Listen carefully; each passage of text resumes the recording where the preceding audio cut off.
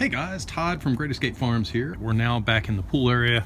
Our first tree here is a mountain ash dwarf Shapovia, and that one has never done good here, so I will be digging this particular plant up and trying it out in West Virginia, whether it makes it or not. It's been here for 3 years and it really hasn't grown much at all, so it really does not like this spot.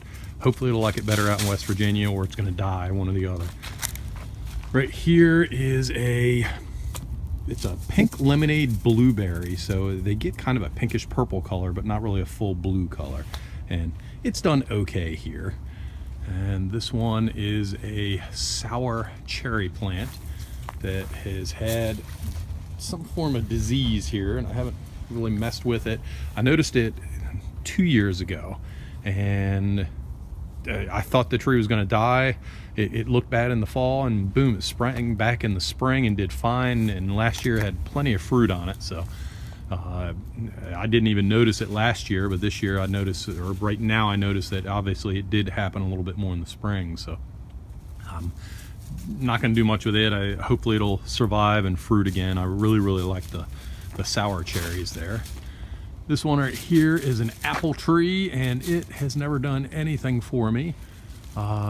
Probably because there's something with apples that it needs to have the branches kind of not droop, but be pulled down. And that's what it takes to get it to flower.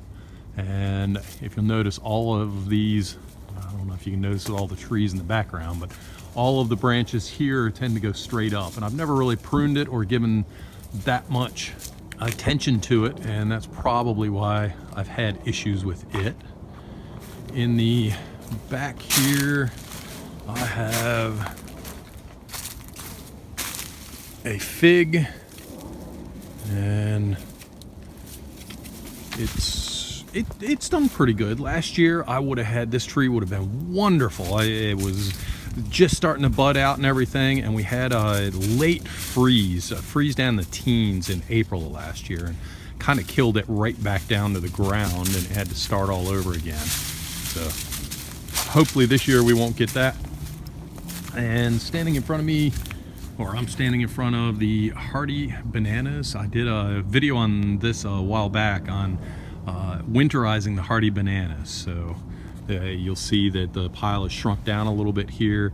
This is the beginning of February. In mid-March I will go ahead and pull all of this out, clean it up right down to the ground, and and I'll also trim these, because anything up high like this would have died back. Let me just bend it over, but right, you can see it right here.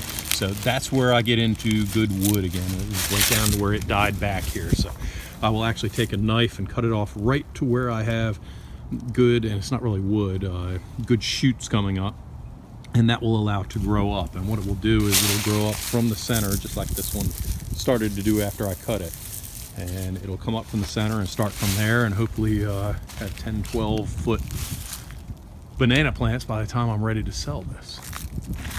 Back behind the bananas, I have an apple tree here, and this one, last year for the second year in a row, I've had good apples on it. And you'll notice the branches come down, and it's the branches that are coming out and down that are giving me the fruit. So there is something to be said for what I read once about the hormones, and the fact that it does well with the branches coming down versus going straight up like on the other plant.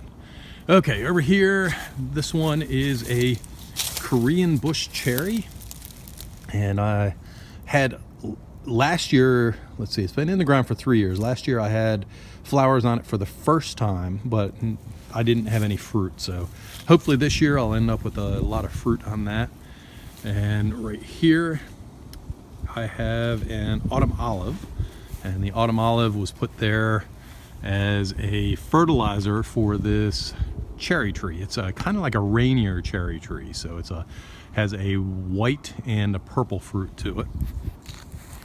And you can see the spot right there, and there. I have 3 different comfrey plants in here, and that's used as a dynamic accumulator to help provide nutrients and stuff like that to the cherry tree there. So between the autumn olive and the comfrey, it provides it all of its nutrients that it should need there, along with the mulch and everything else in there. So I probably actually need to extend the mulch bed here because I want it out to the canopy line, and I'm not quite there on this tree right now. I'm sorry, I forgot the name of this. I was trying to remember. It says quince, Q-U-I-N-C-E, or quince, I guess you would say. So I did have a flower on this last year, or a couple of them, and I think I had a couple small fruits, but they disappeared real quick. And I have little rat terriers that love playing with stuff down low, as well as a lot of squirrels around here. So I'm not sure who got it, but somebody got the fruit before I did. Over here, I have a rose bush, and this is an old style rose bush with very large hips. And the hips you can use as a fruit for making different things, as well as a medicinal. And let's see, the variety name is Rosa rugosa. So it doesn't look like much in the winter time here, but it does give some pretty roses, as well as edible rose hips. And back here, under a bunch of junk, there, Murphy, go play with a stick. He's gonna try too. And yeah, this is a red currant, Van something or other. I forget the name of it, but this one will have to stay. As I said earlier, I can't bring any currants or gooseberries out to West Virginia in the county I'm in. So those will be staying. And then along this line here, I have 4 different elderberries. So I have, first one is John's, then I have Nova, then I have Adams, and then I have American elderberry. And they are very good fruiting, very good medicinal. I've done a good bit with those. I actually did a video last month on making elderberry syrup. Down here I have a amber raspberry bush. So I've never had amber raspberries before. I bought a couple from the store, but this will be my first time growing these. So I put them in last year. They didn't fruit last year, but this year I should get something out of them. So looking forward to that. This one is just an ornamental rose tree. Never really got, actually, I say I never really got big hips, but I look at this and that's a rose hip right there. So rose hip is just simply a seed pod, and I'm trying to dig into this here.